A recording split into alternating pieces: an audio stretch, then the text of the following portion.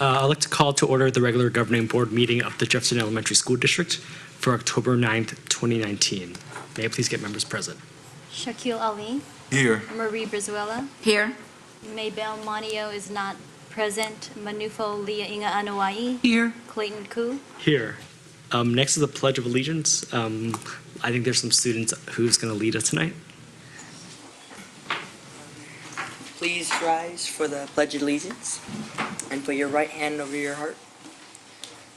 I pledge allegiance to the flag of the United States of America and to the republic for which it stands, one nation, under God, indivisible, with liberty and justice for all. Thank you. Next is the governance team meeting guidelines. Governance team members will review the governance team meeting guidelines.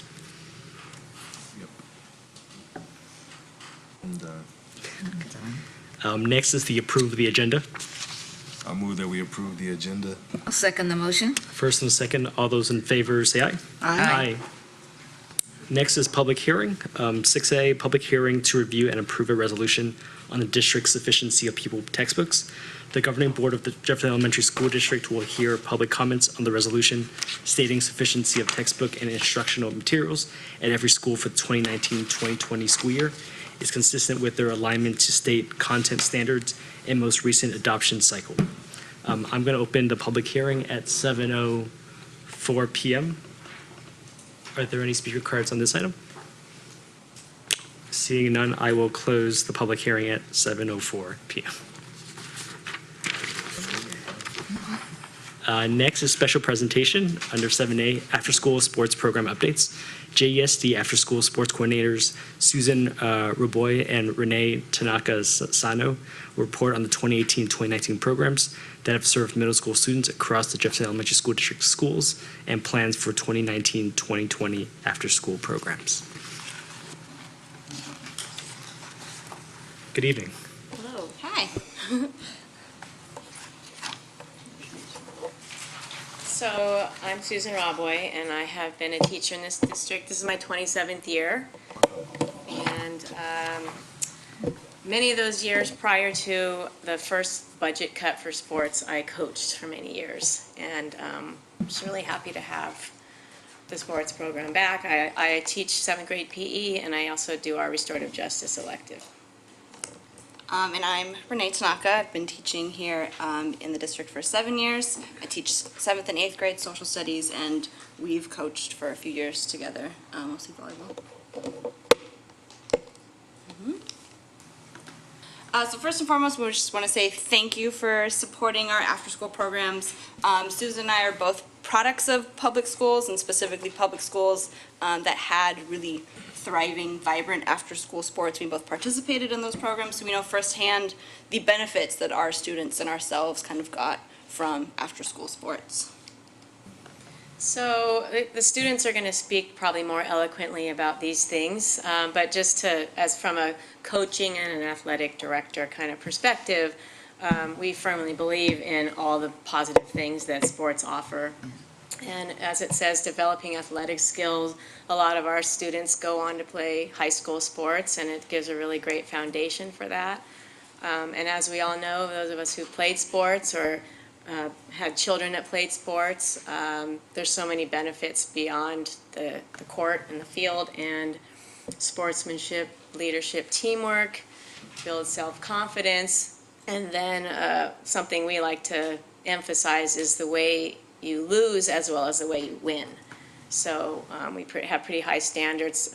We have, as you know, we have the code of conduct for the students and for the fans that we need to stick to, and especially in these times, promoting kindness and acceptance of everybody at their ability. So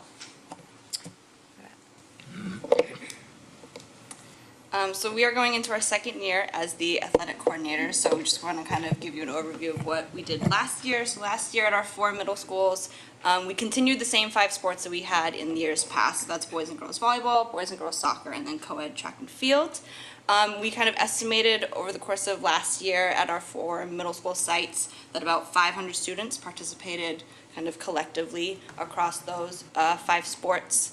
And in terms of last year, kind of what we focused on, and specifically district funds were being spent on a few key areas. So the first was jerseys. We took a different approach this past year with jerseys. In the years past, they were 100% cotton. The kids got to keep them after the season was over. And this past year, we switched to 100% polyester jerseys that we are planning to reuse for the next kind of foreseeable 5+ years. So I brought a sample if you want to feel and touch. It's clean, I promise. It's been washed. So these jerseys we collect at the end of the season, and they get kind of reused for the different sports, and they get reused kind of from year to year with the idea that we are not buying brand new jerseys for every single year. And that eventually down the road we would be replacing those, but obviously not for a while. The other area that we spend some funds on is obviously the hiring of referees. We have outside organizations that we work with to referee our games and our matches. And then the one facility use we do have to rent from is we use Westmore's Field for our track and field events.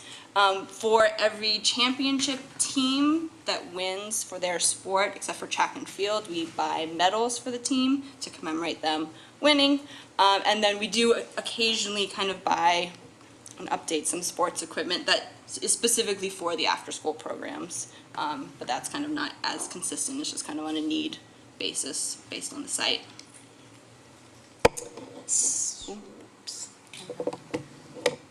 So this year, that Renee just gave you a little thing about what we did last year. We're going to continue the same sports. And then the funds this year, we don't need to get as many things since we did pretty well getting people what they needed. But we did get first aid kits, a bigger one for the home site, and then a smaller one that they can travel with when they go to away games. And then we had a few odds and ends, like one school needed a volleyball cart and one needed a few volleyballs, but not that much. We didn't really have to spend a lot of money on any of that kind of things so far. And of course, pizza parties, but I think that comes from the site. That's not us. That's not you. And yeah, busing as well, busing, and yeah. And then we brought, well, unfortunately Michaela couldn't make it, but 4 of our amazing athletes from the different sports that we have and they've participated in, and we're going to turn it over to them. Who's first?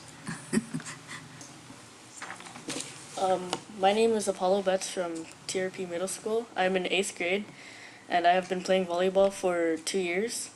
I have enjoyed volleyball a lot. There are many things I like about TRP sports, like feeling like a part of a team. And I also like seeing my friends and working together with them. TRP sports has motivated me to be has improved me as a person by motivating me to keep my grades up to play. It has also improved my sportsmanship in games and out of games. Fun things about TRP sports is working together, accomplishing goals and team goals, and seeing my friends. I have also learned many things by being on the sports team, such as to work hard for what I want and don't be afraid to take risks, and being a team player. After school sports prepares me for the future, by making me manage my study and homework time better, and knowing how to work as a team. Good job.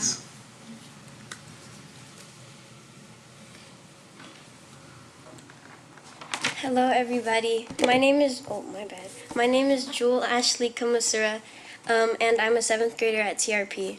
I was on last year's track team, but I'm also planning on being on this year's track team. I like playing after-school sports because I can exercise and have fun while being able to hang out with my friends. Working as a team has taught me that cooperation is super important.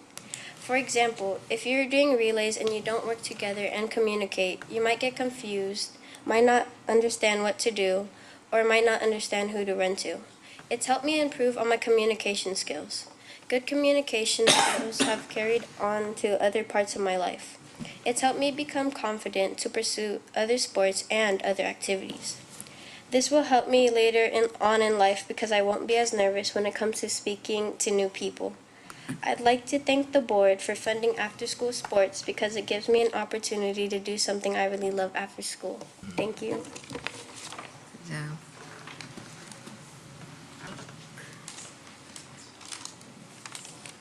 Hi, my name is Ramon Soriano Elog. I am in the 8th grade and I've played TRP boys volleyball for the past 2 years. I like playing after-school sports because I get to do something I love with the people I love. Volleyball has gotten me to do my best and to do my best to get good grades and to encourage the people around me. After-school sports has taught me to work hard to succeed. It has also taught me how to be a good teammate and the role of leadership. The first day of tryouts in 6th grade, I remember hating the sport. I told my mom I wanted to quit and skip the second day of tryouts. I was so lucky when I found out. My mom emailed one of our coaches and I made the team. I remember being really quiet on the team, but as time passed, I started to become more confident to talk. The following year, I decided I wanted to win with the people around me, so I did everything I could to get better. We lost in the championship 2 times in a row, but I kept telling myself this year will be different. I'm grateful to all of my friends, family, and coaches for making me who I am today. Nice. Hello, my name is Gianni Obregon, and I also attend Thomas R. Policita. And I just want to point out the fact that after-school activities such as boys soccer, girls soccer, volleyball, all these great after-school activities are so important for every single student at our school because a great majority of our students attend these after-school programs, and this can help create healthy living styles. Let's see what else. And a lot of other people just love playing sports. It's compassion goes around each student when they play, and the competition is really great when you play throughout these tournaments or competitions with other schools, and this can really help because having that sort of mentality, having the burning spirit to win is a great way to push it into education. And with our funds to after-school activities, this can really help with each school's students succeed even greatly throughout high school, maybe even college too. And yeah, I thank the board for our funds to after-school activities, and I hope that continues throughout the years. Thank you. All right, thank you. Oh my God. Oh, one last thing, yeah. My friend Carl also stated that he loves enjoying playing after-school sports because extracurricular activities help in high school and more. And like I said, that's something that can create a great starting point for our future students in high school and in middle school. He wants to leave a fun sports environment for future kids using positive leadership and for the next students and our next generations. Thank you. That's great.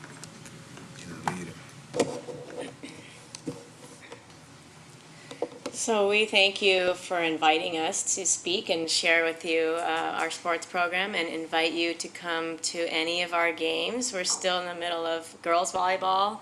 A few weeks boys volleyball will start, and then we'll have soccer and track and field. And we want to give a big shout out to Brent and Nadia. Nadia is a goddess who takes care of so many things for us, like barely get the email sent. She responds or has already taken care of it. So we always give her a big shout out, and Brent for supporting us and bringing us to you. So thank you very much. Thank you so Cool, much. thank you.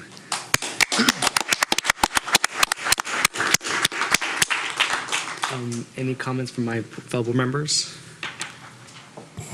Yes. First of all, you are one of the most eloquent speakers I've ever heard. I want you to continue to develop that skill, and I want you to come back to this board meeting and talk to us about some other things. All of you did a great job of speaking tonight, but I had to say that to you. First of all, Jewel, when you talk about exercise and having fun and hanging out with friends, I can totally relate to that. I did that all throughout my teenage years, and that's my preferred way to socialize with people, is to exercise. So keep up that mentality. And then I like just hearing at least 2 students use the word love. How many times do we get to hear the students talk about what they love at school? So I'm really happy to hear everything I've heard tonight, and I know our energy, not just the funds, but our energy was put in the right place to support these programs. And what else? I liked hearing about striving to win and compassion and competition. These are all things that, like you said, will benefit the students not just in sports, but in their academics as well. Well, I want to thank you for coming, because I can say the same thing that Mr. Ali said, is that you all spoke so well. You really did. And one thing I did hear earlier from your teachers was that you're also taught how to feel good about winning, and then also understanding when you don't win. Because I think that's the hardest thing when children are involved, whether it's sports, dancing, singing, whatever it is that you do. Everybody wants to be the winner. And sometimes it's got to be the other way. So to be able to do that and come back with a good feeling that you care about each other, you care for your coaches, that's the most important thing. And I think I'm hearing it. Bernie, you're blocking my way over here. I like to see the children when I'm talking to them. But I just want to say that I was amazed at what you guys presented today. And thank you for the teachers for wanting to carry this on. Sports are very important, and I'm glad to see that Policy is doing it. But when you play, you're also playing the other schools in our, okay, so I'm sure that they're all feeling the same way that you are as well. But keep it up, and remember that do whatever your passion is when you get to high school, continue doing it. Or if you change your mind and do something else, remember, believe in yourself, okay? If you believe in yourself, it doesn't matter when you win or if you don't win. Because you always have to understand, one person gets to win and one person doesn't. But if you can embrace it and care for all the students participating, you're going to feel good about yourself. And I think I hear that. So with that, I want to let somebody else speak, but thank you for coming and sharing this with us, because we only hear, but you know what? Send us a list of when your games are, because we can come and support you. I mean, I would love to go see a game. I really would. My kids are too old to play games, but. There you go. What did you say? Said you're never too old to play games. Yeah. Oh, well, that too. And I won't tell you all the stuff that leads to a lot of stuff. But thank you for bringing all of the stuff together, because when I see happy students, and like one of you said earlier, was it makes you be a better student, because we don't allow children to do something that's only fun if they don't keep up their grades. So it's really important. It's a togetherness. So thank you for doing it. Thank you for sharing everything. You guys are great speakers, and come back again and send me the list of the games, okay? And I do notice that your principal's here to hear all this. And I'm going to tell you, he is everywhere with the students. And thank you for coming tonight too. And I'm sure we have parents here, right? Some of you guys are parents. Thanks for supporting your children and for being here tonight. It's very special. I apologize for walking in late, but I caught all of the students speaking, and I just want to reiterate what Trustee Ali was saying about how eloquent you guys are in speaking, especially you. I think that just speaking off the cuff is such a great skill that some adults don't even have. So continue with that, especially. And I was a student athlete in middle school. I did track and basketball, and I remember that it was such a multifaceted experience for me. It's not just academics, and that gives you so much more of a robust kind of experience with your school that maybe your fellow students aren't getting. So that's great that you guys are here, and that your parents are here, and your teachers are here supporting you. So I hope you keep up the good work. Please do come back and visit us again to speak about this or anything else. We welcome you. And of course, what Trustee Brusuela was saying, let us know when your events are, when you have, big games that you want us to go see and support. We'd love to support you. Thank you, guys. A lot has been said. I just want to say that I echo the sentiments of my board colleagues, but it's a huge investment that's being made, not just by giving the dollars to the program, but as you already know, the teachers who coach you just don't coach you on the field. The lessons that you take away are life lessons that you'll have always outside of the classroom and off the field. What I love is seeing the level of pride that each of you shared this evening, and as you've all heard, that it's a gift to be able to speak without notes and speak directly from your heart, and to speak with grace and be able to really impact and engage the audience. And you all did that. You all did that this evening. And I just want to say that I love how you were very inclusive, each of you, when you spoke to the students off the field that come to support you while you're playing, because that is actually something that creates community. And I want to thank the parents. I've been a team mom for 30 years, and we speak to packing the kids' bags and building discipline, but it's a family event when you pull together. And family is just not in the home. It's there at school, it's in your community, and what I love is that you represent us well. So the investment that's being made, the investment is past the monetary investment. We know that you guys will continue to do great things, and we just look forward to you all continuing to lead with great pride. So congratulations. Thank each of you for making the time to be here with us, and we look forward to supporting you at the next event. I think everybody has said what I was going to say, but I just wanted to say thanks for coming out tonight and for just telling us how proud you guys are to be part of after-school sports.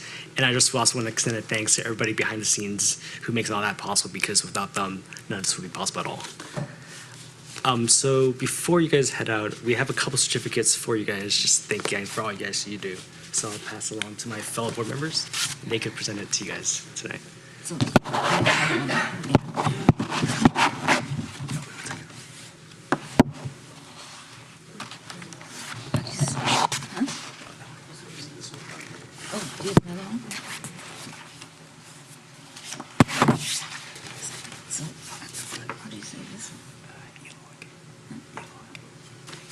Go ahead.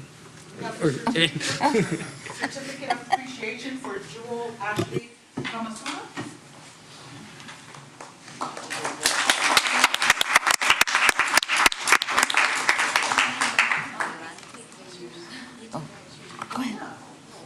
Certificate of appreciation for her participation in the flag ceremony and special presentations of Apollo Betts.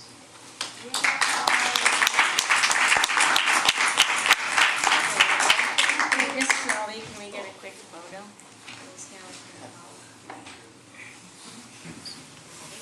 Yeah. I also have a certificate of appreciation for participation in the flag ceremony and special presentation to Gianni Obregon.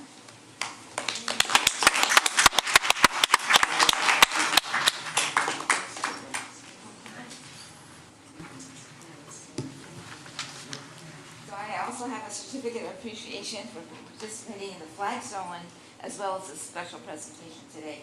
Roy Ramon Hilo.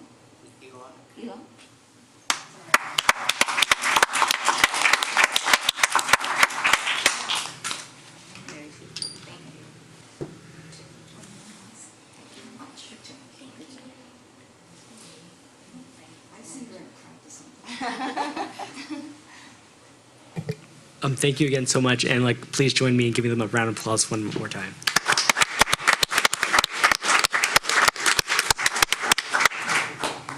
Sure, go ahead. And I just wanted to say thank you. This is, I think, now the 5th year we've had after-school sports back, and working with Susan and Renee, they coordinate all the after-school sports with all this 4 middle schools, and it's a lot of moving parts, and I know it's difficult, so they make it look very easy. Thank you very much. Yeah, I had the pleasure of being at the school one time, seeing you guys, remember? You were practicing. Cool. Thanks again. Okay, so what's this? So I'm going to continue along. Feel free to head out if you guys need to head out.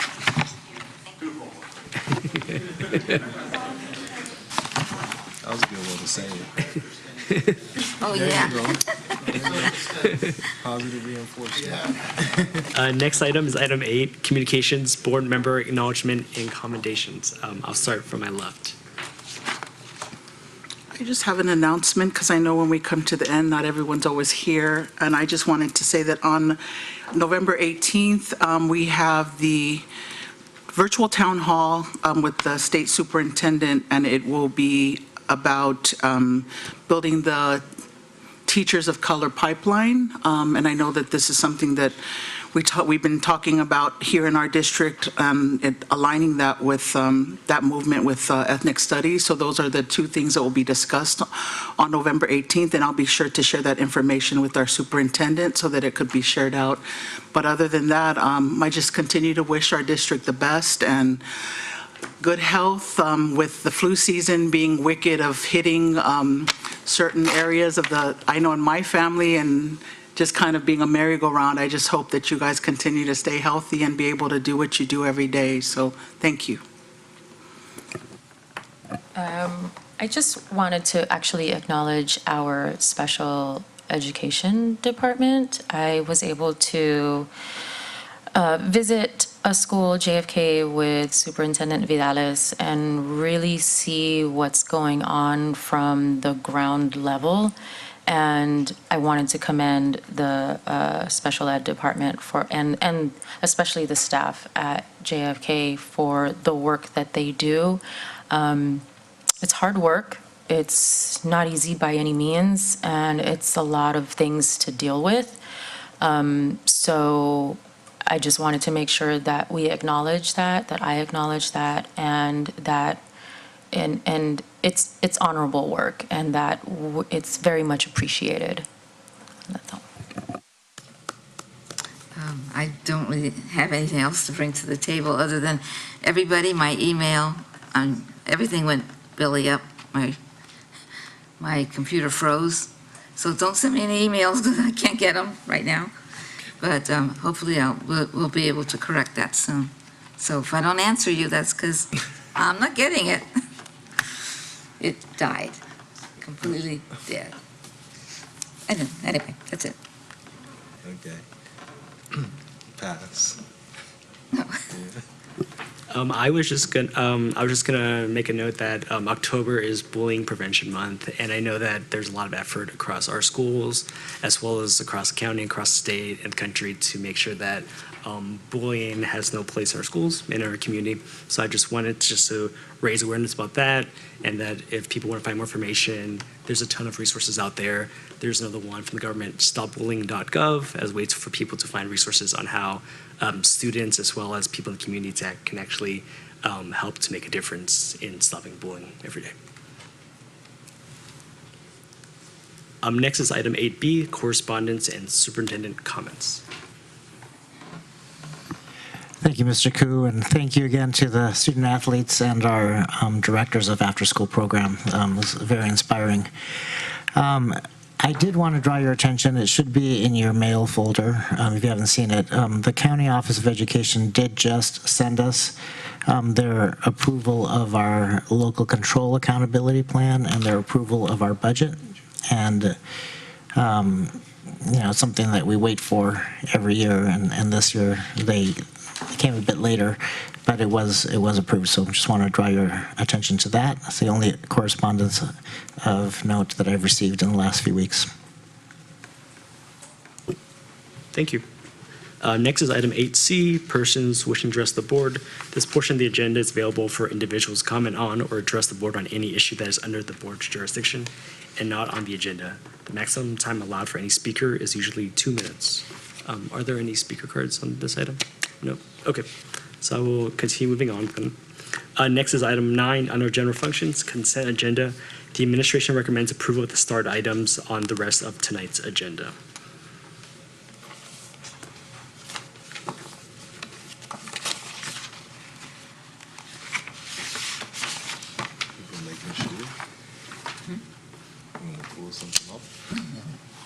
I move that we approve the consent agenda. Second. There's a first and a second. May I please get a roll call? Mr. Ali? Aye. Mrs. Brizuela? Aye. Ms. Manio? Aye. Ms. Leah Inga Anuai? Aye. Mr. Koo? Aye. Next, we'll move down to item 9H, Memorandum of Understanding regarding IEP placement of district students in Seminole County Office of Education Special Education Programs. The administration recommends approval of a revised Memorandum of Understanding, MOU, between the Seminole County Office of Education and the Jefferson Elementary School District, the District of Special Education Accountability, DSEA, for the 2019-2020 school year.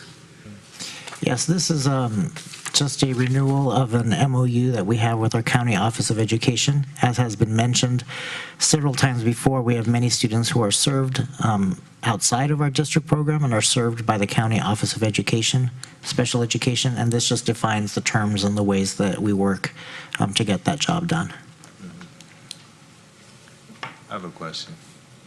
It says it's revised, so is that just we're clarifying the numbers? Yeah, or- so the basic revision, as I understand it, is that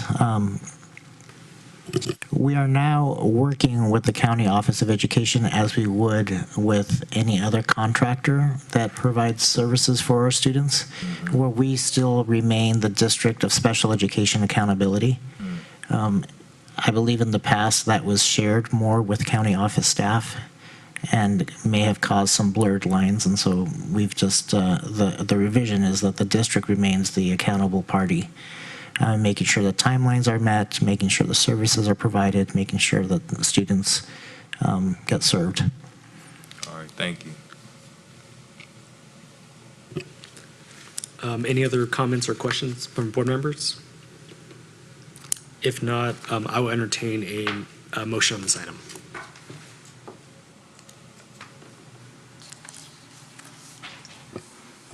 I'd like to motion that we approve the Memorandum of Understanding regarding IEP placement of district students in San Mateo County Office of Ed Special Education Programs, as written. Second? There's a first and a second. Can I just ask one question?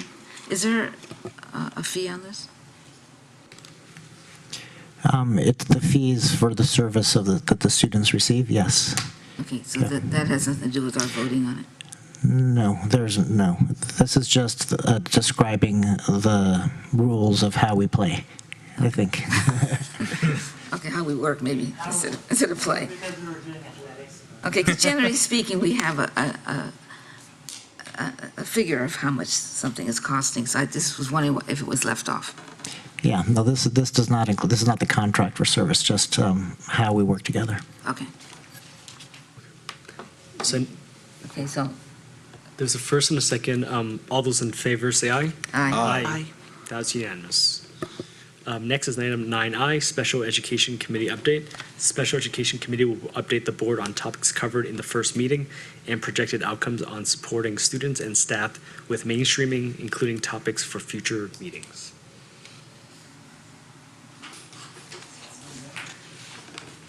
We copied it already.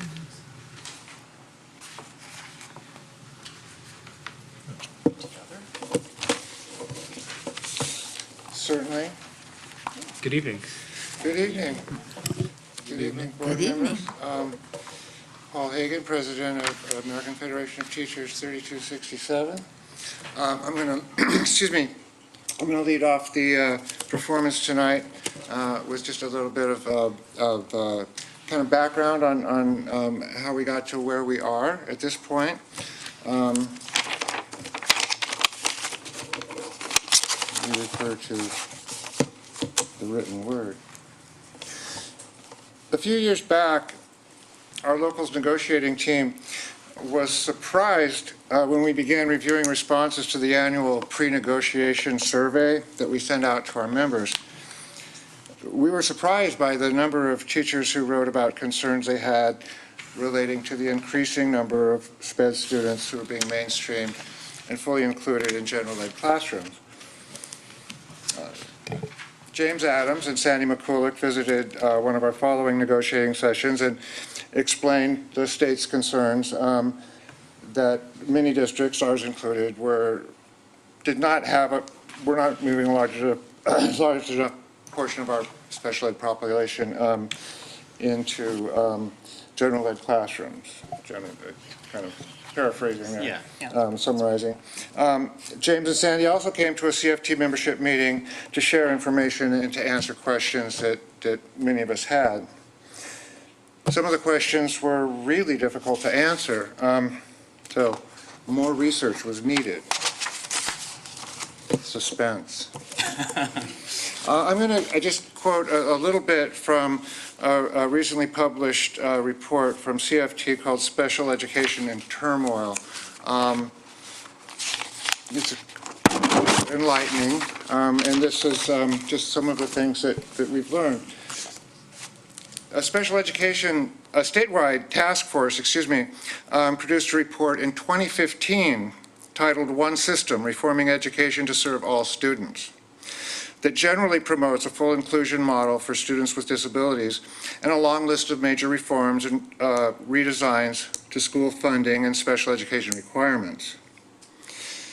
As sound as many of the report's recommendations may be, the state of California has not followed through with a commitment to implement or fund most of the actions recommended. Absent either follow-through or adequate funding, school districts chose to address special education services in different ways. There is no state legislative mandate or working model for districts to implement beyond the federal IDEA or Individuals with Disabilities Education Act requirements. What appears to drive the constant changes in special education programs is fear of lawsuits by parents or outside organizations. This is a poor way to make sound policy.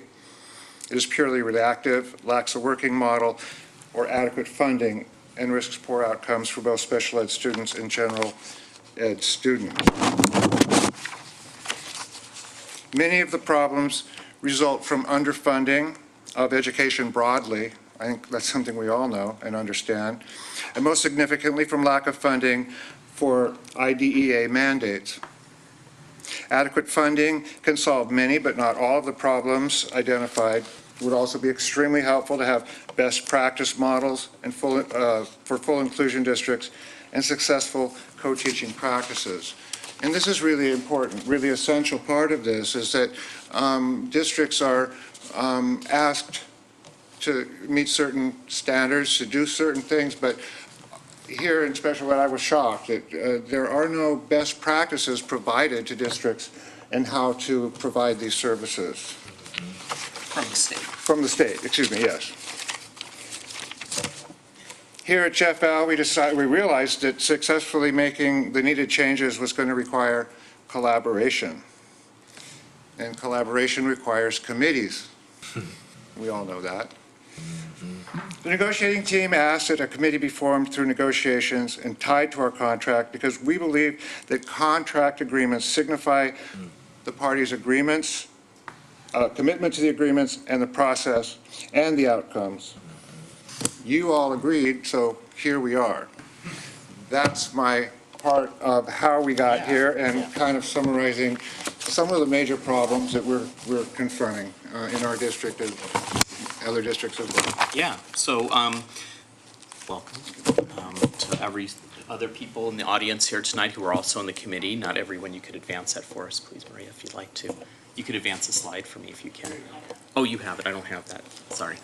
Okay, so these are just some of the people that are on this, and so part of the agreement was to have a broad representation from our district, gen ed, special ed, counselors, inclusion specialists. You can see the people that are there. It's a nice representation of people who are on the committee.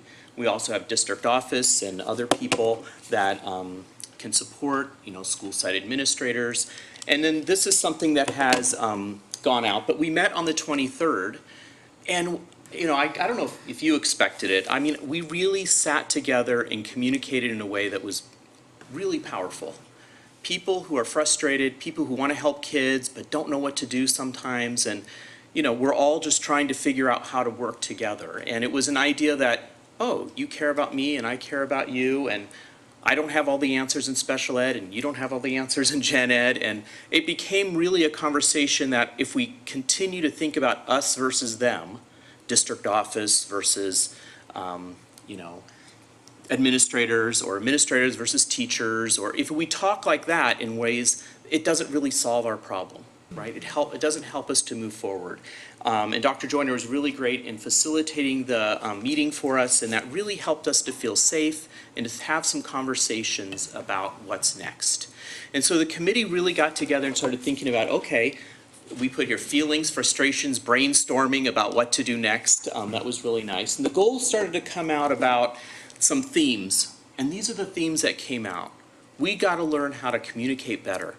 And that's very difficult, right? Not because communication is hard, but what do we communicate? Who? Is this an is it really special ed and gen ed, or is it overall communication? It started to really break open, to be honest with you. And then staffing. Part of the thing is, how many people do we have? Are people being used effectively? And then training came up. Are the staff that we have trained properly? Gen ed, special ed, SKIAs. We also had SEA, we had Wes there and another paraprofessional who's in that room with us to help us think through these types of things. And then the overarching thing is, well, it came to be time, because we started thinking about, we need to collaborate and work together. Where do we find time? That's what time was really, I thought, starting to mean there. Seriously, Yeah, so. we need more than the passing conversations in the hallways, Yeah. which are very useful, but we need a little more than that. Yeah, so we're having a meeting at the end of the month again to start over the first one about communication.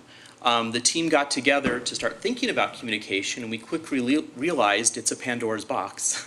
How do we think? Where do we start?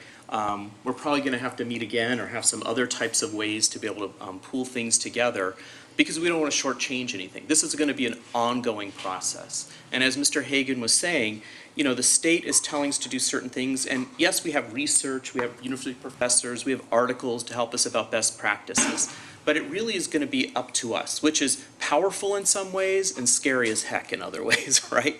Like, how do we figure this out? But, you know, this is my 20th year in the district, and I know that a lot of my colleagues have been here for a long time, and we've always been able to figure out how to work together. And I just feel confident that increasingly we're going to be able to do that. So we'd like to report back after more meetings about some ideas and outcomes that we're coming to, but this is what we're holding ourselves accountable to. So at the end of the year, we have some outcomes and clear communication around that. Yeah, it's, I think we're off to a really good start. Extremely challenging, I see it kind of like we got this ball of tangled up string or yarn, and it's just going to take patience. And but we're going to get there. I believe we're making progress already. We are. Okay. I don't know, I think I was going to ask the board members, I know Dr. Joyner, we all send out little updates. Is that something that, I think the board members receive those as well, right? I didn't put in the, there's a little video that was part of that, so I encourage you to look at those. And if you need that again, we can send it out. But, you know, every Friday comes out a little Friday, and in that was a discussion about us getting together. There's a little video about inspiring us to who are we working for. We're here to help support kids, and we need to help adults who help kids to do that job better. So that was really what that was about. Thank you. Thank you. Any questions or comments? Any questions? Or you want to? I'm not sure. Sure. No, I just wanted to make sure I don't take that with me. Don't leave me if you're right. No, I'm not. I don't want to take this with me. I was going to put it in my pocket. Well, thank you. I think that it is good that you came up with those 4 overarching themes, because it gives us a structure and a context to work from. And if you solve time being the issue, we'll all be very wealthy, right?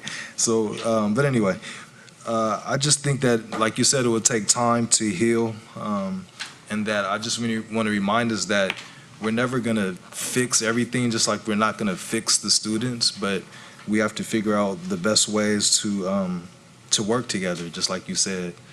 So I'm excited to see how this goes. Us too. Yeah, thank you. Well, when they came before us before, there were some things that they mentioned. Is that being addressed, about having so many of the students there without sufficient help? Absolutely. Because that's, to me, that was the big key that really told me, no matter how many meetings you have, no matter what communications, no matter whatever else you're going to do, until that issue is really addressed, I think we're not going to have everything solved. So well, those if are- we can really do those are that. priorities. And I gotta say, you know, Yeah. we hear about some of the problems, some of the issues that are coming up, but we have had successes. We've had quite a few successes in the district. And I tell you, I'm learning, I'm going to be an expert in special ed at the end of this year. That's good, that's good. And we're starting to figure it out already, I think, and the communication part is huge. And just that discussion opened a lot of doors. Yeah. So, yeah, we're aware of where the weaknesses are, and we are, we're prioritizing getting the help where it's most needed. And I'm seeing it at my site. I've seen good things happening. It just takes communication and getting everybody on the same page, and that commitment. Yeah, and also if you notice, some of the people that were really struggling were asked to be on there and joined, and that's the power of Jefferson, right? Not that I'm gonna sit by this, I'm here, I want to roll up my sleeves and help out. So individuals that were really not very happy about some things that were happening are sitting with us, so their voices are there in the room. Oh, good. So rest assured that individuals that were seeking help, right, are there with us to help find solutions. And something else we didn't mention this, but we have kind of made, with the planning sessions, we've had one general meeting and then a breakout planning session. But we did put out that the planning sessions are open. Anybody can give input to those planning sessions. So we really do want this to be all-inclusive, and really I think it is, or will be when we're going to get it going. Okay. Mr. President, can I just wanted to give Dr. Adams a chance to just clarify the issue with staffing, because it's my understanding that we have more SKIAs than we had before, which is special circumstance instructional aides, and that comparing to other districts of our size, I believe we have, quite a bit. Is that true? Or? I'll have to research that for you. Okay, I think someone knows that information. But I know that we have, so I started 6 years ago in this position, right, 20 years, but 6 years in this, and SKIA's almost doubled since that time, and I've shared that here at the board meeting. So we had about 42 or so, I think we have 86 or something paraprofessionals in our district now. But your question about how we compare to other districts of like size, that I don't quite have that information at my fingertips. I can just respond to how much we've grown in the district. And, we want to make sure we're doing training and development of our folks as well. And that's one of the reasons why we have paraprofessionals on this committee. What do they need to be successful? Is more the answer, or is better training the answer? Right. We don't know yet, right? We're working through those pieces. Yes. You spoke about progress, and like I said before during the commendation portion, I can attest to it. I saw it firsthand, and I love how the department is on the ball with everything, and has been for addressing the issues that arose here recently. So, of course, we have a journey in front of us. I didn't know we were invited to the planning, so I look forward to that, and I look forward to seeing more progress. Thank you, guys. Thank you for the work. Important work is not easy, so I think communication allows for awareness. And the last time we heard about these conversations, there was lack of awareness for many people, and I take ownership of that too. Being a parent of a child with special needs, it becomes very emotional and you get attached to your feelings. But what I love about the committee and the conversations that are now happening and have been happening but are now just being creative, being strategically and creatively happening. I love that we're able to be included in that way, and getting reports from staff and as well as board members that are engaged with you at the site and are meeting with you. And so for me, I look forward to the progress that I know will continue to happen, because great work has continued to happen from you all, but I think that there were gaps in communication. So looking at the themes that have emerged from you meeting and seeing that it's communication, staffing, training, and then also looking at what time allocation is needed to be successful in those areas, I mean, it's very much appreciated, because this is a stepping stone that will only continue to lead to the success that we need to have with these special circumstances. But as shared by Trustee Ali, we can't fix everything, but I think what's important is at least talking about it and knowing that those items or those issues exist. And for me, I know that that's a start in the right direction. So thank you. I look forward to hearing from the progress. And I wanted to ask about, you mentioned something about a video.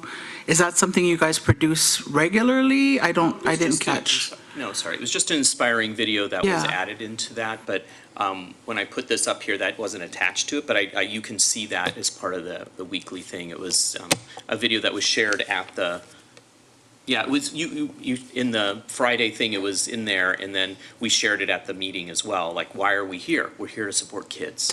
And even though we have adult things, so I'll make sure I can send that back out again. Thank you. Yeah, it was just. Or we could act it out. Yeah, well. Academy Award. We would need a big chalkboard. I'm sorry, we don't have. Yeah, we don't have a chalkboard. Props. I just want to say thanks for presenting tonight and just look forward to the updates to come. Yeah, thank you. Thanks again. Yeah. Thank you. All right, Thank well, you. thank you very much for your support. Thank you. Next item is item 11E, Food Service Management Company Selection Process. The administration will provide information on the state-monitored and guided food service management company selection process to be undertaken in the 2019-2020 school year. Ms. Kessler. Good evening. I'm waiting for my slides to come up. So I will say that we are required to do this once every 5 years. Go out and if we want to have a food service management company work with us, we can only do it for 5 years before we go out. So just waiting. You went away?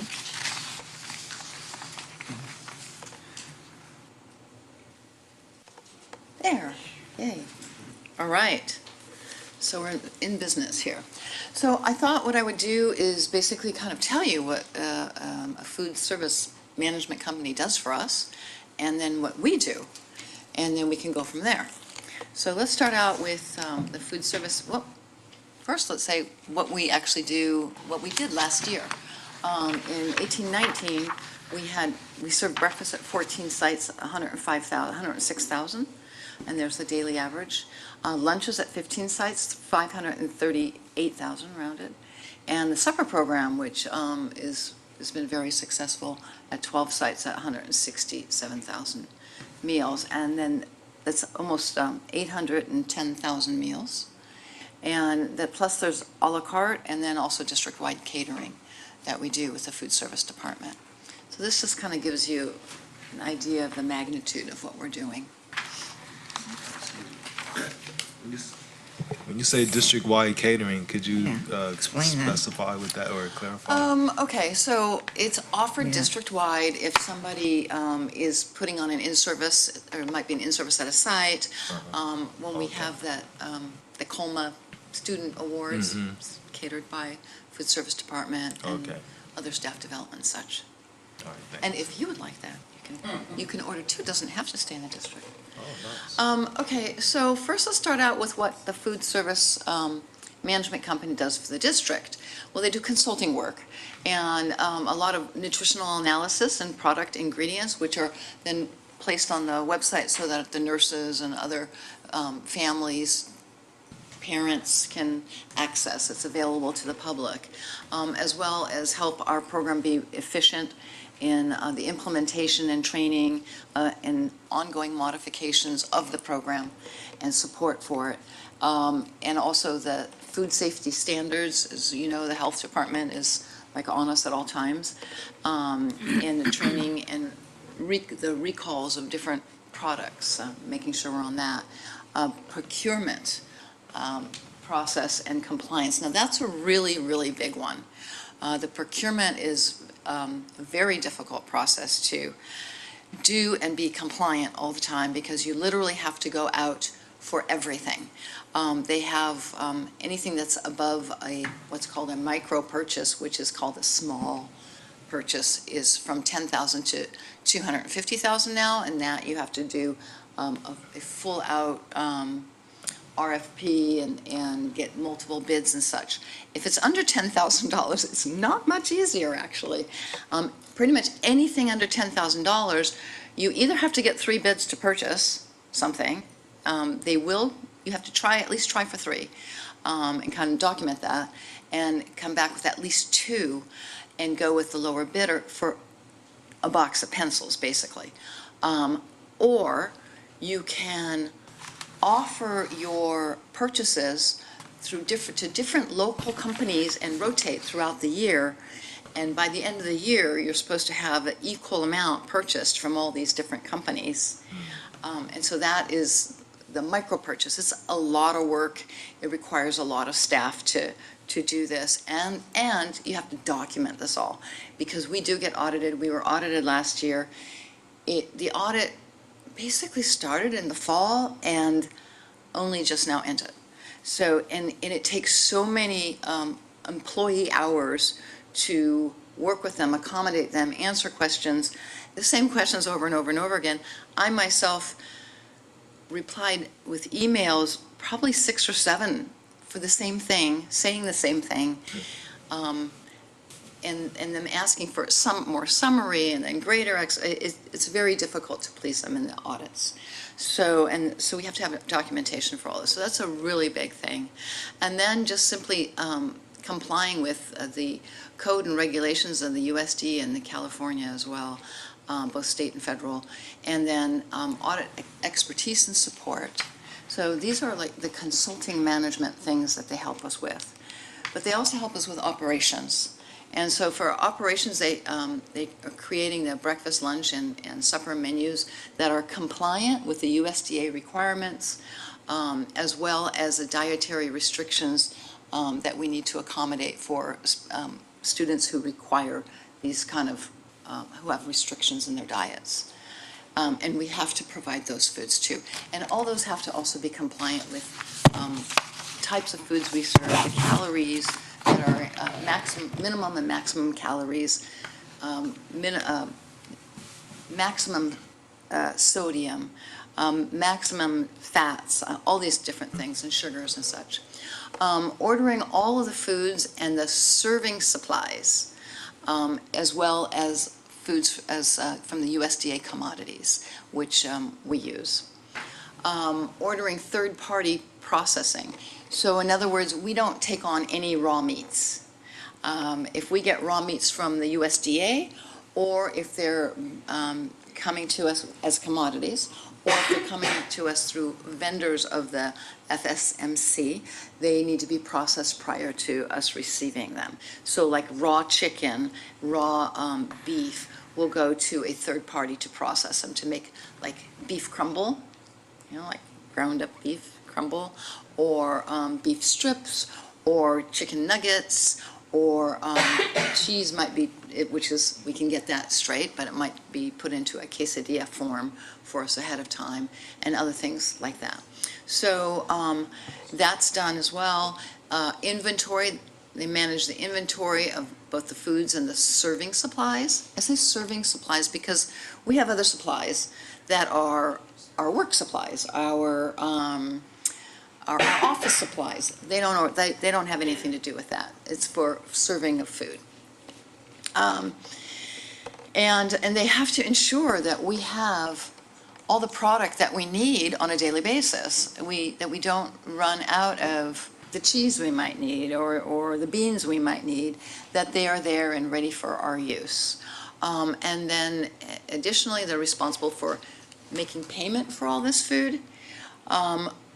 which is nice for us because we are able to float our funds. It's nice for our cash flow because they pay for it and then they bill us a month later, and then we pay them later on. So we're able to, because there's always this delay in the monies that we get. A lot of our monies we get from claim reimbursements, and those are coming from the federal and state governments, and it takes us a long time to get those funds. So basically, they're helping our cash flow with that. And then also creating pull sheets. So on a daily basis, we get calls in from the school sites as to how many kids are having hamburgers, how many kids are maybe having a cheese sandwich, whatever it is that they're making for the day. And then they have to get a pull sheet together so we know what product we need to get from the freezer, from the refrigerators or freezers or whatever it happens to be. At this point, they basically kind of pass the baton to the district. And so now it's what do district employees do? We kind of pick up from there. So in our operations, we receive the food and the supplies, all the supplies, the serving supplies that they order, and also the supplies that we might order. They go in with those pull sheets to when it's determined how much food we need of all these different, how much quantity of these different foods. Our employees go and they pool those foods and supplies. And then they need to put the product together, to put the meals together so that they can go out. So it's preparation of the product, and that might be knowing to thaw things ahead of time so they're not frozen. Maybe they're adding spices or mixing different things together in order to create the meal. And then they package it, and a lot of times, most of the time, it's going through our big packaging machine. So they're putting all the foods into the different compartments, going through a packaging machine that seals them. Other times, they are putting things together in like a clam container where they're putting a salad together by hand, and it's not going through the machine. It's going into a container and being sealed. And then they need to assemble the order distribution. So that basically means every different school is getting different quantities of things. And so, and different vans are going to be driving them to different places. So they need to be broken down so they can be then delivered by our employees to the school sites. And then at the school sites, the employees are receiving, they're preparing, they're serving, they're monitoring, they're cleaning, they're doing inventory, and they're doing reports. So that's part of the operations. And then we get into other operations like employee oversight. We need to make sure that we have employees at all of our sites every day, including the central kitchen, and calling of substitutes. We we process the free and reduced applications, and we do the verifications. We apply for the federal and state claims reimbursements, and then we do basic bookkeeping as well as the online payment system called My School Bucks, as well, and the point of service cashiering. And then also we order the products, like I said, for our office supplies and such that we might need, and pay for those products. So then that gives you some background on what the food service management company does and what the district does and how we end up working together. But the food service selection process is a highly regulated process, and we have to follow federal and state procurement regulations. We have to, the CDE provides us with a sample RFP and fixed price contract. So we take that, and then we're able to make some revisions to that are non-required terms. And then after we make our revisions, we send it back to the state, and the state will review it and approve it. And they require 76 days, 76 work days to do this.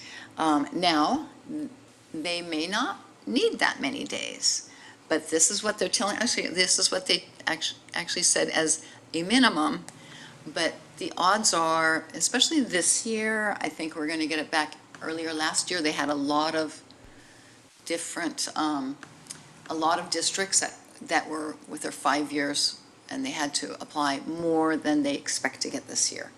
So the other years when I come back to you, when we come back to you, it's an extension. We have a 1-year contract with 4 extensions, and that is much easier to do.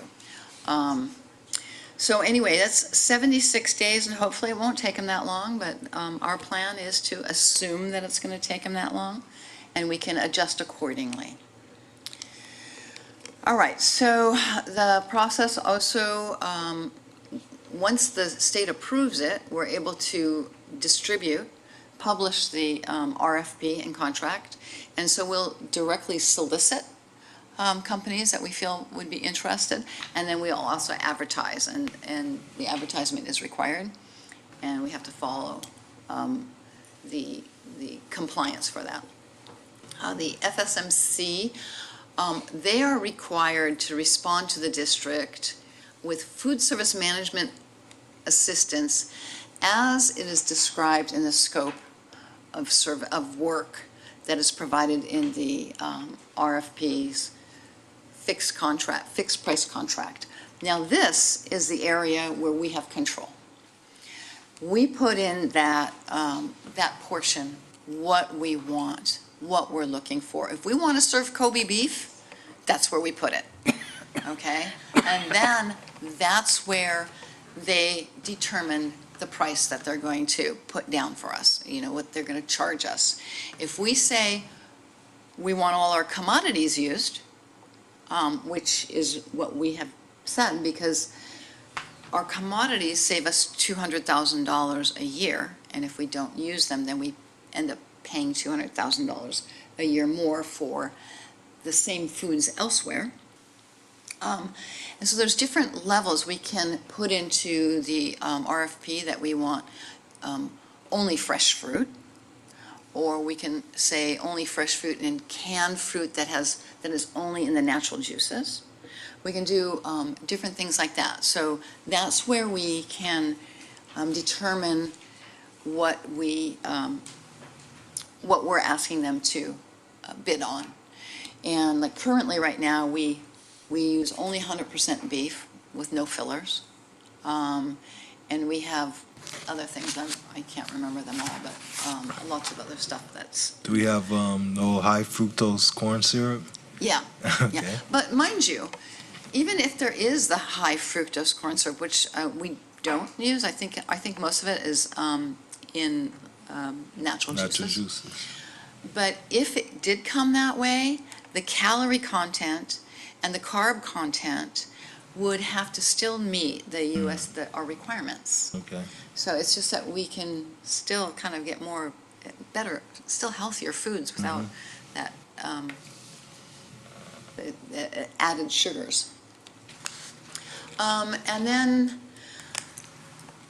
the procurement process must be a free and open competition.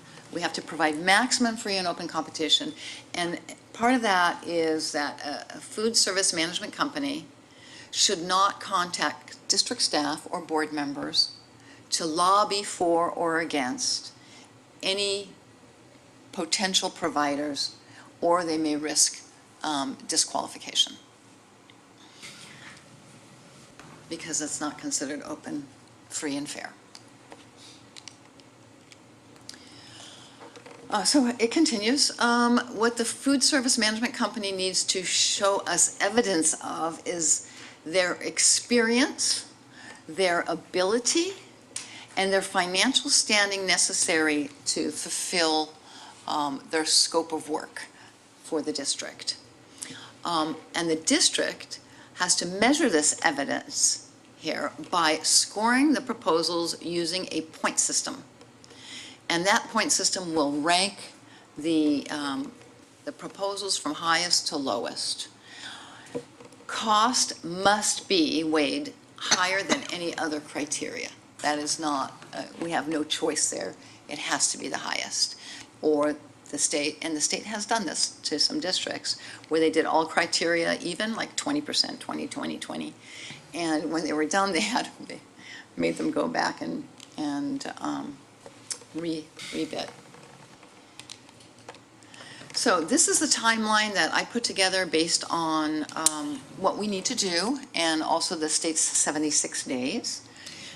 So late November, I will submit the RFP to the state for review, and they should be able to get it back to us, and we should be able to publish our RFP and contract mid to late March, and then early to mid-April, we would have a mandatory, there's a Q&A period too.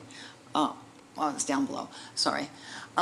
We have a mandatory tour of the central kitchen and an elementary school site and a middle school site, so they can see what we're working with.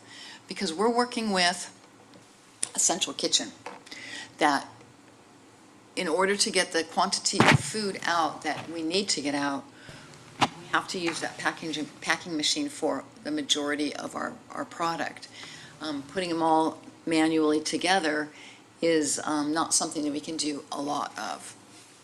And the food service management company that works with us, they have to know that. They have to know that we have to do it. We can't make things on site. We don't have the facilities. We determined years ago that the investment into kitchens that would be on site would be a huge investment. And we don't even have the room in some of our sites for that. But in any case, after they do the tour, they can they submit questions to us, and then we answer those questions. And we answer those questions, we let all providers know what the questions were and what the answers are to those questions, so everybody has that information. And then late April, we'll get our proposals back. We'll evaluate those proposals based on that evaluation rubric that we'll have. And then we will submit everything, all the proposals and our evaluations back to the state, and they will review it and approve it or not. And then in mid to late May, we would come to you with, for approval and award of that contract based on the state's acceptance of our evaluation. Any questions? So this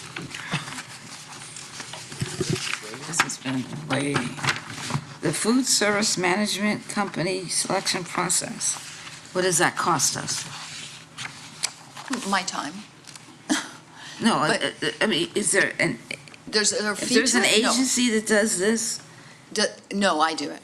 So you're just doing it? Okay. Well, I'll I just want to know if there's another cost. No, there's not. And the food service companies that want to submit proposals to us, they are not allowed to charge us for anything. So, I mean, they can't charge us for the time, they can't send us something without, through the post that we have to pay for. I don't think we ever did that. No, but they're Yes. not allowed to. Well, I know, but we never did it anyway. Okay, so this seems a way out of trying to figure out, because before, some companies put a bid in, and then we evaluate it. We will be evaluating. Yeah, but I mean, the board was able to go and see what they do and all this. So I was trying to figure out, why is this all so different than it was before? We never had this kind of stuff before. Well, this is, okay, this comes directly out of the state's, a lot of my verbiage here comes directly out of the state's requirements. We can set up the group of people who will be doing the evaluation on this. And so we can include whoever we decide to include in that process. And of course, we would want to include, like, for instance, food service workers who would know, yeah, we can do that, now we can't do that. We can include board members, we can include a parent. And last time we did this, because I did this 5 years ago, we had myself, the food service manager, a food service worker, and a parent, I believe, is what we had. That was 5 years ago. I can't remember for sure, but I actually kept all that documentation so that we know all the ratings. We all rated, everybody rated them separately without sharing the information. And then we brought them all together, put them all in, and then added up and divided it out by the 4 people so that we would see what the score is. So in the last 10 years, every cycle has gotten increasingly more structured and guided by the state, and local voice and local judgment has been extracted, and it's more regulated by the state. This is the most regulated one. The last 5 years ago was very regulated, but this is even more so than it was 5 years ago, and certainly much more so than it was 10 years ago. Doesn't make the food any better for the kids. Sorry. We can put out an RFP. We ate it before, remember? We said if we feed Different kids this. requirements for different types of food. Yeah. We can put out an alternative one. We can put out one that would be kind of using all of our commodities and providing it at the lowest price possible. Then we can also make an alternative one where we say we want a certain grade of food, but it will come back at a higher price, of course. And that would be the decision of the board as to which direction they wanted to go in. But first, we would want that information so we could provide you with it so that you would know, is it going to cost $500,000 more for that we don't have, or not? I mean, that's something we would have to learn. I want to say thank you for your presentation. I followed along, and it was very thorough for me to process it. I'm glad to hear that when you're looking at the evaluation committee that you are speaking to, including a parent. I know the last time we had conversations around this, we spoke to, are we looking at a survey of satisfaction? I know we had this conversation before. Even though we hear conversations or we receive communication sometimes from families, I like that we are looking at including a parent in that. I do also want to say that when we look at cost analysis, it's not an isolated situation for our district. There's always a huge loss. We see that in the trash cans.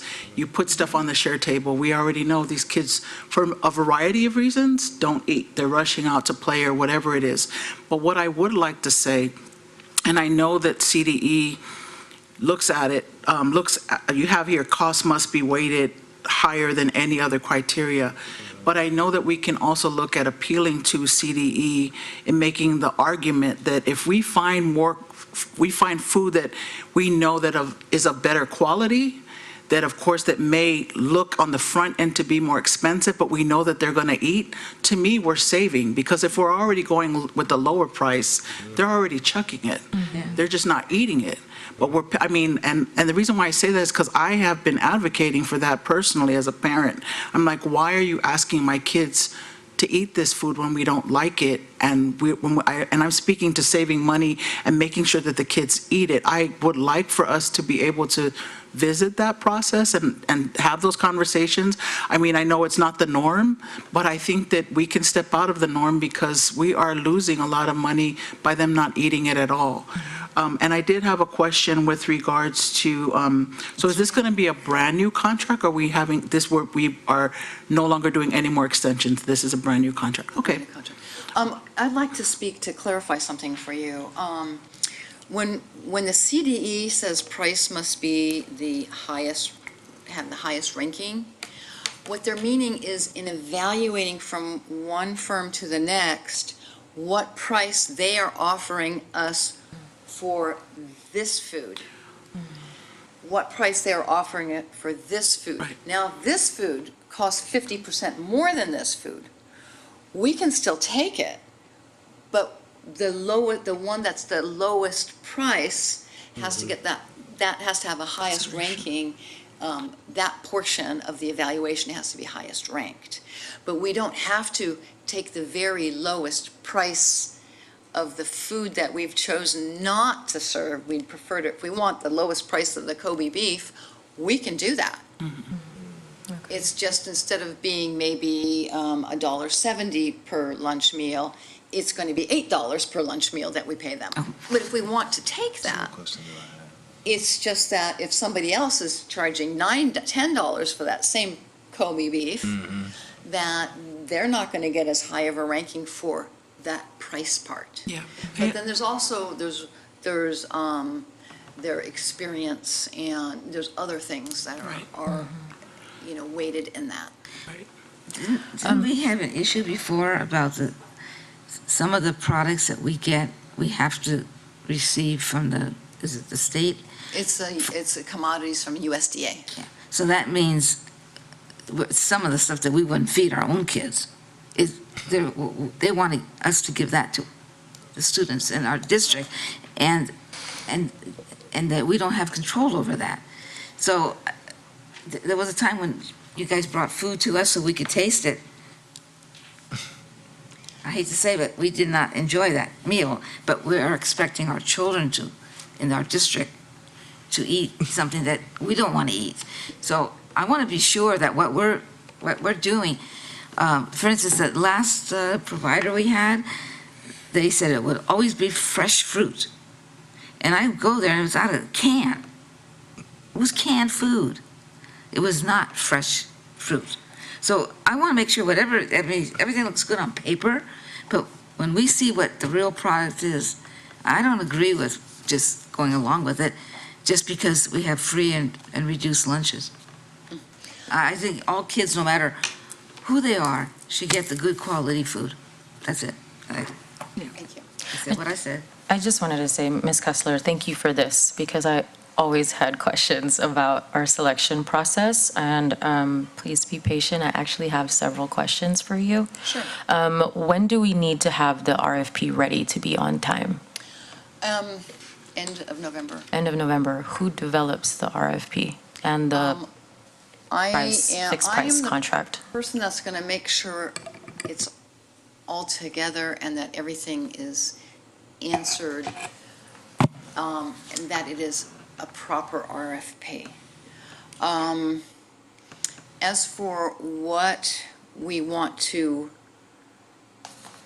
potentially do, have an alternate, that's something that we need to decide how that's going to happen. I'm going to assume that the Kobe beef is probably off the menu, but that doesn't mean everything has to be off the menu. And so that is something that I guess we'll just have to, maybe Mr. Vidalis can help me out with this one,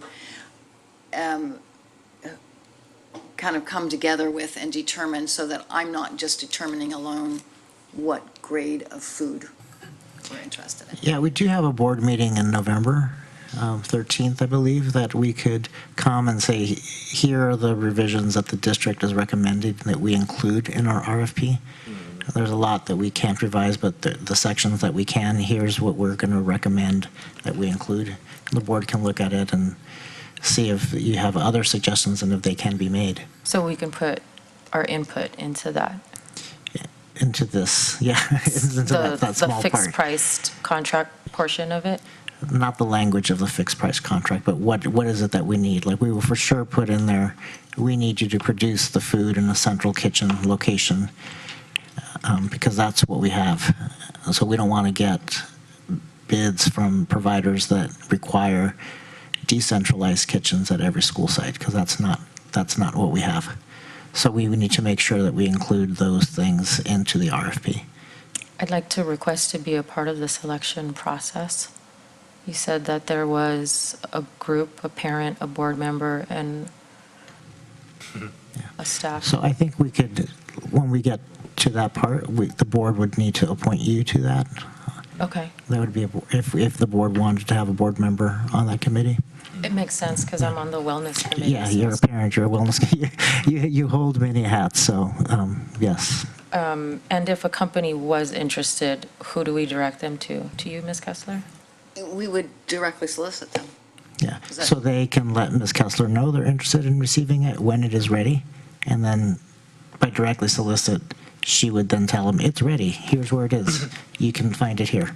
Okay. And We the- advertise someplace to get? Yes, we do advertise Okay, it. that's a, Yeah, and most of the folks who provide this kind of service know to scour the major newspapers to look for these RFPs being announced. I want them to come forward. I mean, either they have the ability and the experience and the financial backing, and they show up, and they show up to the mandatory tour and answer questions and such. They provide us with a bid. I mean, you know, they'd be ranked like anybody else. Okay. The last one I had for you, you spoke about not being able to receive raw meats. So do we not have the capacity of having a central scratch kitchen? We, you says for making some scratch foods? Mm-hmm. Yeah, we can make some scratch foods. The experience has been that the kids have not liked the scratch food, but that doesn't mean some can't be put together. But we, even with the scratch, we don't bring in the raw meats because the potential of salmonella poisoning is just too high, and it can touch so many things, as well as the raw hamburger meat. You can have the E. coli in it. The bacteria problems with raw meats are, I'm not sure many districts do. Marin and East Bay. Yeah, so I think when you, that word processed has a bad connotation because we think of things like salami or nutrition bars and things that used to be food, used to be whole food, but is no longer. I don't think that's exactly what we mean here. I mean, it is already sliced meats, and or mentioned, breaded chicken tenders. Not necessarily. I mean, you can still tell they were whole food, but it's just not been prepared by us to that state. Got it. Be very scary to have the raw meats, I think, on site. Okay. Thank you.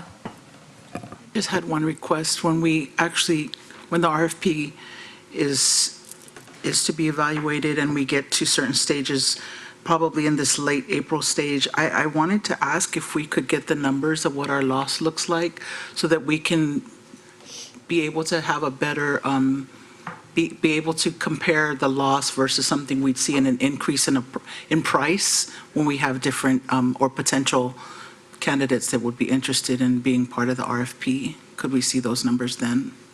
So you would like a presentation prior to us submitting this to the Department of Education for approval? Well, because are we final doing approval. numbers then, or Yeah, isn't I that think so. process happening? That's at the end of the evaluation process. At the end, At the right? end, Yeah, prior which to is us. April? Prior to us submitting it to the Department of Education for them to review our process, and we can give you an update at that point. Okay, thank you. I just wanted to, I guess, synthesize what I think I heard, is that we can leverage and get creative with the revisions of the commodities. The revision, Okay. the main part we have control over is the commodities part. No. Okay. So, first off, commodities, there's a lot of different things in the commodities, and some of them are really good. And of course, those are the items that we want to bring in. There's still a lot of other items that are purchased through outside vendors. I've actually got a call into the state to find out if we are required to use the commodities. But mind you, if we don't use the commodities, it will, right there alone, cost $200,000 more, because what we do is we get credits for $200,000 worth for the commodities. And so the best thing is to just get the best commodities possible, and some of them are really good. Since I'm not ordering them, I don't know exactly what they are. I think it's things generally that are overproduced by U.S. farmers. So it could be milk and cheese, some meat product, things that are overproduced.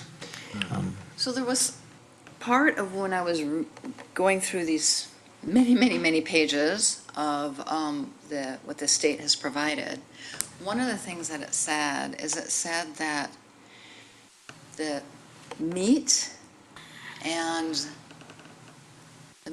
the grains, for sure it was the meats, had to be first purchased from from USDA, from the commodities.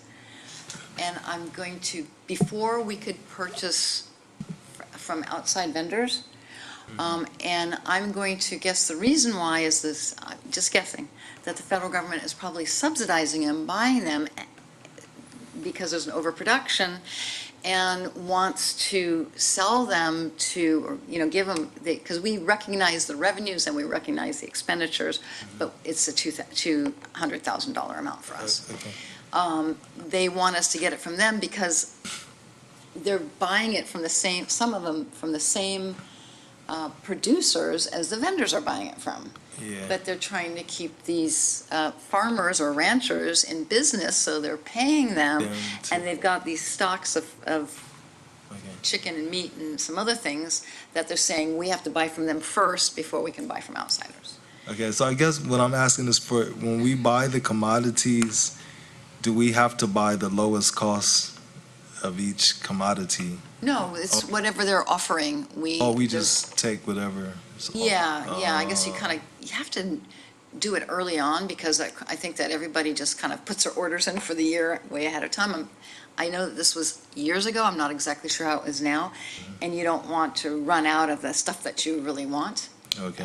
You want to get those first. So where we can be creative then is that's when we're going to the outside vendors, and depending on what item we want, we get the lowest cost that was offered. The outside vendors are, they are the food service management company purchases from the outside vendors. Okay. And those companies have huge buying power.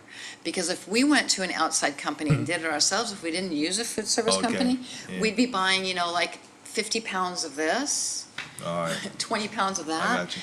They're buying thousands of pounds because they're servicing so many different. I get it. So besides having a board member on the selection committee, how will we be able to give input then into the different items that we're getting from the outside vendors? That would be on what we would want the menu to look like. Yeah, so how will we be able to give input into that? Mr. Vidalis? So, as Ms. Kessler pointed out, that we don't do that purchasing.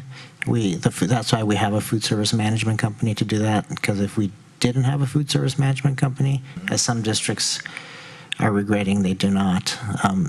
This last year, they now have to go out and get bids for every little purchase that they make. So it really is dependent on how the development of that menu. Because then the menu is broken down into ingredients, and then the ingredients are sourced likely first from the commodities and secondarily from the other vendors. So where we can get creative, one thing could be, like, we could say, for fruits and vegetables, we would like them to be local to the extent possible during the growing season, right? So that means that during fall, we will want whatever's growing in the area in fall. And I think there's a legal definition of local. I don't know what it is. It could be like 50 or 75 miles or something like that. Which we sort of would want it to be at least 100, because not much grows 150 miles around here. So, that's one place where we could get creative. We could also say we do not want any fruit that has added sugars. And I mean, a lot of that is federally regulated, but as Ms. Kessler said, some of it is not, and what's regulated is the calorie and carbohydrate count. And Okay. So I guess my only last question then is that when you say putting the menu together, that's the process that you're preparing the RFP. Would work with my. So we don't, I guess we're giving our input now? Is that what it is? I mean, I don't. well, like I said, we can have another meeting. Oh, We okay. will have another meeting in November. And it's not really the menu that we're putting. I mean, I think it's more of how we describe the types of ingredients we want to go into the menu. Like, we know we're going to do chicken teriyaki. That's like such a popular food for our kids. But we can talk about the kind of chicken that we want, you know. Yes. We also have like a 21-day menu that we will provide the food service management companies with, saying, here's a 21-day menu, this is what you need to base things off.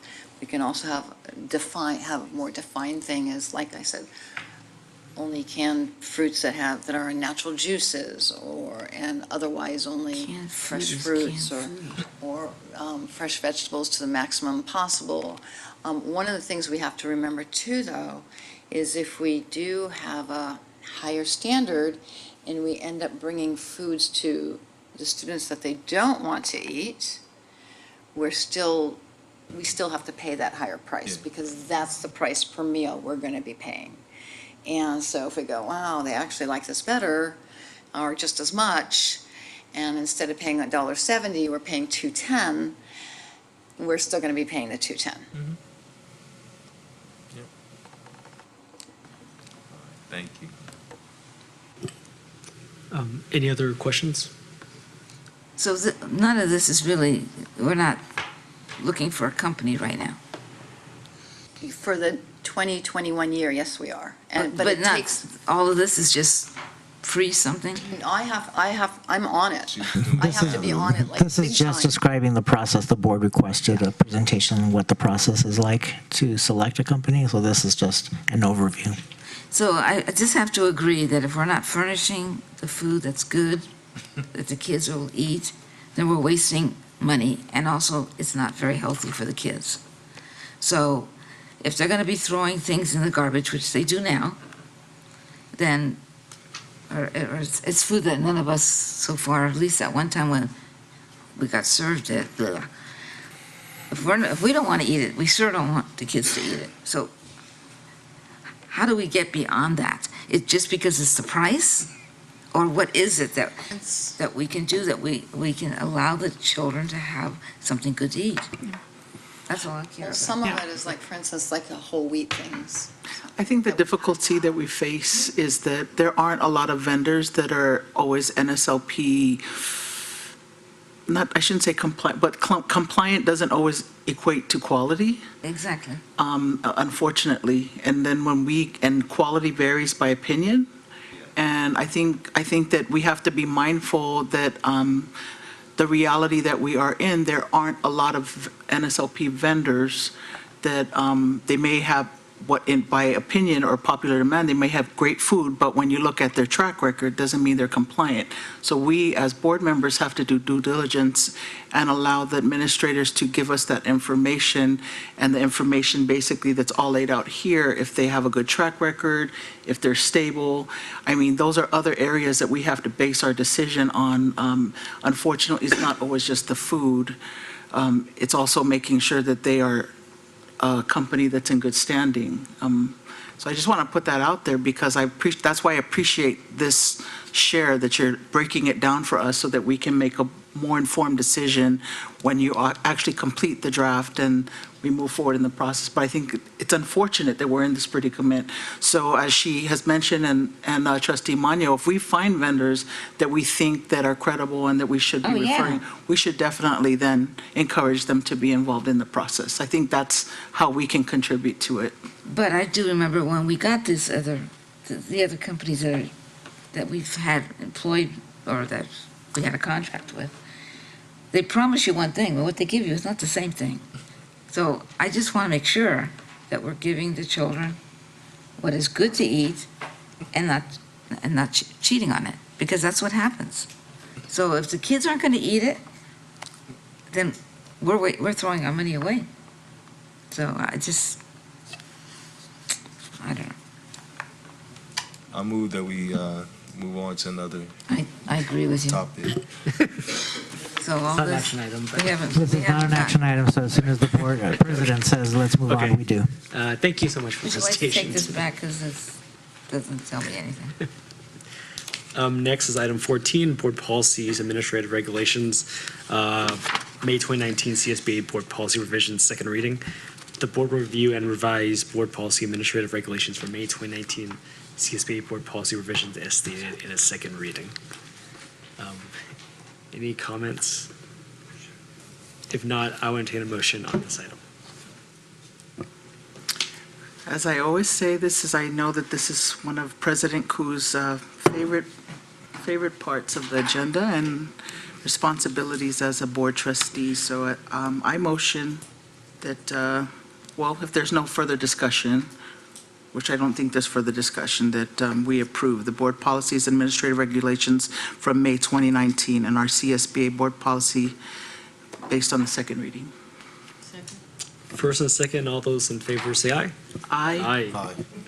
That was unanimous. Next is 15, Governance Team Member Comments, Reports, and Board Meeting Reflection. I'll start from my left again. I forgot to mention that Superintendent Vidalis and I were at a Big Lift meeting where we touched upon Census 2020, and I know that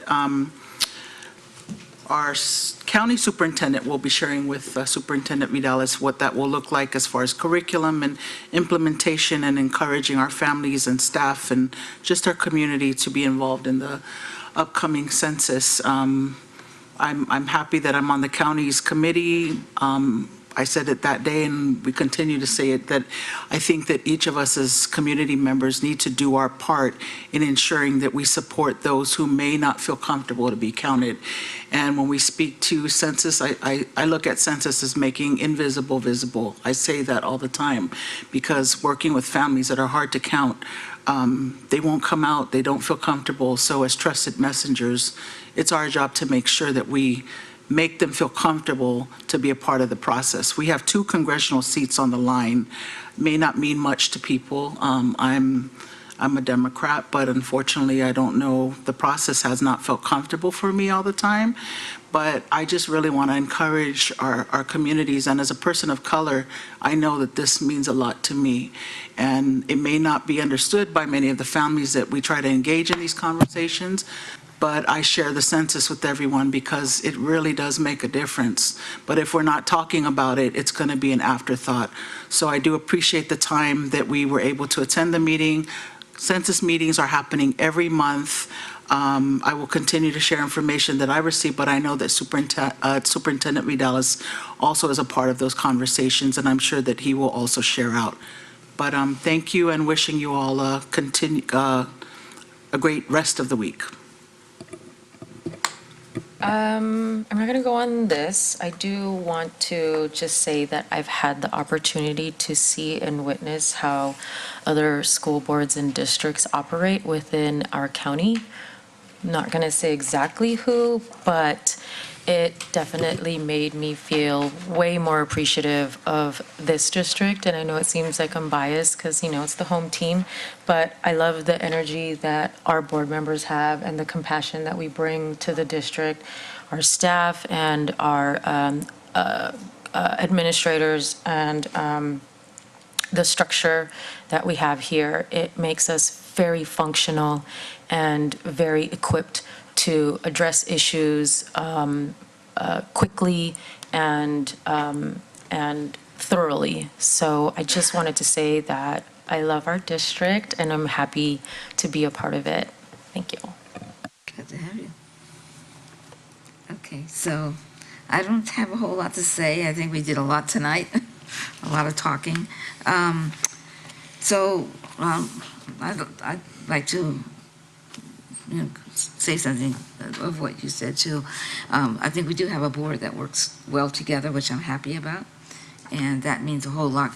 And an administration that listens to us, even all the questions we have. So I want to thank you. But I also want to thank everybody out there, because you guys are all part of this, why we're successful, because our teachers, our principals, all of our employees.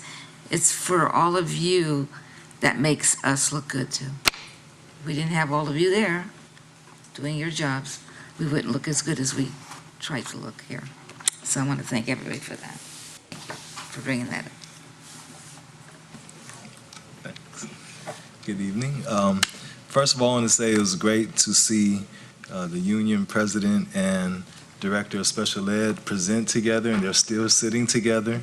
And smiling. So, I mean, this is proof of the collaboration and the communication. I'm being serious. I really like seeing that. What else was I going to say now? Oh, Gianni. I think that was his name from Policy to.